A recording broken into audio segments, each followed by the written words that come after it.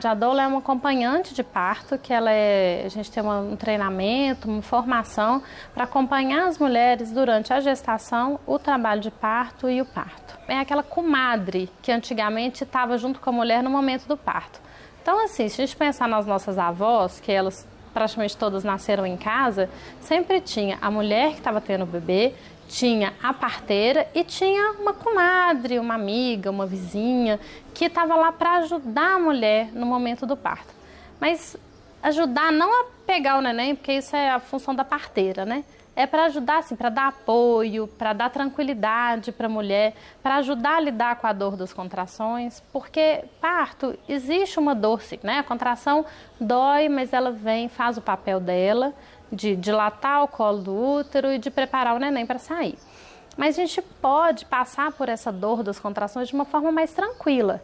Então, assim, a doula, no momento do trabalho de parto, ela ajuda a mulher fazendo massagens, sugerindo posturas que vão ajudar a passar melhor por essas contrações, diminuindo mesmo a dor. E, principalmente, a doula atua diminuindo a ansiedade, diminuindo a insegurança da mulher, né?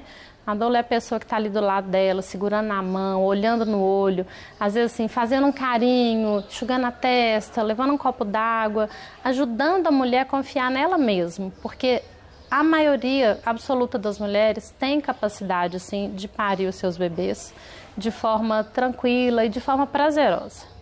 Existe a dor do parto, mas não precisa existir sofrimento, né? A gente fala que dor é uma coisa, sofrimento é outra.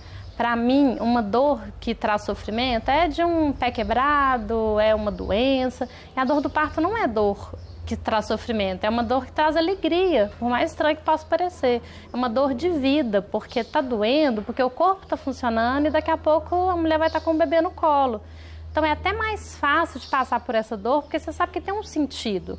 O neném está chegando, daqui a pouco ele está no colo e depois que o neném nasceu, a dor acabou, é a hora só de coisa boa e de alegria.